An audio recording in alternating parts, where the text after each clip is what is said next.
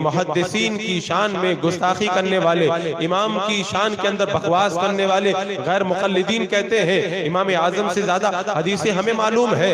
मैं उनसे पूछना चाहता हूँ कि क्या तुम्हारे अंदर इतनी हिम्मत है कि तुम किसी इमाम की तकलीद के बगैर अपने तौर पर हदीसों को समझ जाओ? तो फिर ये बताओ, एक रिवायत के अंदर ये आता है अल्लाह के रसूल अलैहिस्सलाम की बारगाह में एक सवाल किया गया कि अगर कोई रोजे की हालत में अपनी बीवी से मुबाशरत कर ले तो रोजा टूटेगा कि नहीं टूटेगा? मेरे आका ने फरमाया कि रोजा नहीं टूटेगा। एक और साइल आए, उन्होंने भी सवाल किया अगर रोजे की हालत में कोई अपनी बीवी से मुबाशरत कर ले तो रोजा टूटेगा कि नहीं टूटेगा? मेरे आका ने फरमाया कि टूट जाएगा। तो एक हदीस में है रोजा टूट जाएगा और दूसरी हदीस के अंदर है कि रोजा नहीं टूटेगा। मुबाशरत का मतलब यह है कि अपना नंगा जिस्म औरत से मस कर देना। तो अब अगर कोई ये कहता है हदीस को मैं समझ सकता हूँ, हम उन्हें चैलेंज करते हुए कहते हैं एक हदीस में है मुबाशरत से रोजा नहीं टूटता है, एक हदीस है मुबाशरत से रोजा टूट जाता है। बताओ इन दोनों हदीसों पे कैसे अमल किया जाएगा? दुनिया का कोई नाम निहाद अहले हदीस गैर मुक़ल्लिद इन दोनों हदीसों पे अमल नहीं कर सकता। अगर इन हदीसों का मतलब कोई समझाएगा तो इमाम आज़म अबू हनीफा समझाएंगे। मेरे इमाम आज़म अबू हनीफा ने फरमाया कि जिस हदीस में ये है कि अगर रोजे की हालत में मुबाशरत की जाए तो रोजा नहीं टूटेगा, तो वो सवाल करने वाले बूढ़े आदमी थे। और बूढ़ा शख्स अगर कोई अपनी बीवी से अपने बदन को लगा लेगा तो उसकी ख्वाहिशात बेदार नहीं होंगी, रोजा टूटने का अंदेशा नहीं है। लेकिन जिसने ये सवाल किया था कि अगर रोजे की हालत में मुबाशरत की जाए तो रोजा टूट जाएगा, मेरे आका ने फरमाया था टूट जाएगा। तो सवाल करने वाले साइल वो जवान थे, और जवान आदमी जब रोजे की हालत में अपनी बीवी से मस करेगा तो रोजा टूट जाने का अंदेशा है। तो एक सवाल करने वाले बूढ़े हैं, उनके लिए हुक्म अलग है, एक सवाल करने वाले जवान हैं, उनके लिए हुक्म अलग है। तो हदीसों का मतलब अगर कोई समझाएगा तो आपका इमाम ही समझा सकता है।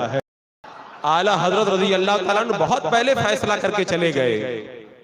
आला हजरत फरमाते हैं अगर कोई गैर मुक़ल्लिद या दुनिया का कोई भी आदमी अगर ये दावा करे कि इख्तिलाफी मसाइल में इमाम की तकलीद के बगैर मैं हदीस पे अमल कर सकता हूँ, आला हजरत फरमाते सामने आकर के दिखाए कौन माई का लाल है। आला फरमाते अगर कोई इमाम के मजहब पर अमल किए बगैर अगर कोई दावा करता है सामने आए और बताए कुत्ता खाना हराम है, कुरान में कहाँ लिखा है, हदीस में कहाँ लिखा है बताए। न तो कहीं हदीस में लिखा है कि कुत्ता खाना हराम है और न कहीं कुरान में लिखा है। या अगर कोई बताएगा तो कुरान और हदीस में गौर करके इमाम आज़म ही बताएंगे कि कहां से साबित होता है कि कुत्ते का गोश्त खाना हराम है। आला हज़रत फरमाते हैं कुरान मुक़द्दस में खाने वाली 4 चीजों को हराम करार दिया गया। अब उसके अलावा खिंजीर की चर्बी खाना हराम है, खिंजीर की ओजड़ी खाना हराम है। कुरान की कौन सी आयत करीमा में है? आए अगर किसी को दावा है तो सामने आकर के बताए, अगर कोई बताएगा तो वक्त का इमाम ही बताएगा। अच्छा ये बताओ भैंस का गोश्त आप लोग खाते हो, गैर मुक़ल्लिदीन भी खाते हैं, दुनिया का कोई गैर मुक़ल्लिदीन सामने आए उसे चैलेंज है और आकर के बता दे कि कुरान की किस आयत में लिखा है कि भैंसे का गोश्त खाना जायज है और कौन सी हदीस में लिखा है कि भैंसे का गोश्त खाना जायज है। मैं कहता हूं अगर कोई कुरान और हदीस ही पे सिर्फ अमल करे तो कयामत तक इन चीजों को साबित नहीं कर सकता। लेकिन जो इमाम के नक्शे कदम पे चलते हैं, मेरे इमाम कुरान पढ़ते हैं, हदीस पढ़ते हैं, उसमें गौर करते हैं और गौर करके हमें निकाल के बताते हैं ये हलाल है और ये हराम है। अल्लाह तबारक व तआला ने ये मलका किसको अता फरमाया? ये अइम्मा किराम को।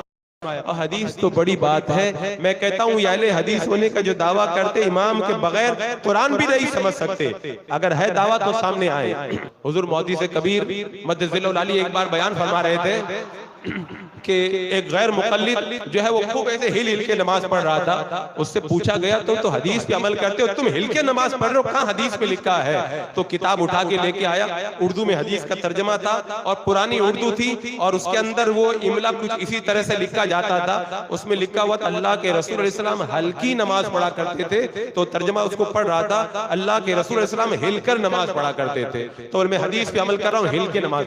जो उर्दू नहीं समझ सकते वो हदीस की किताबों को समझने चले हैं।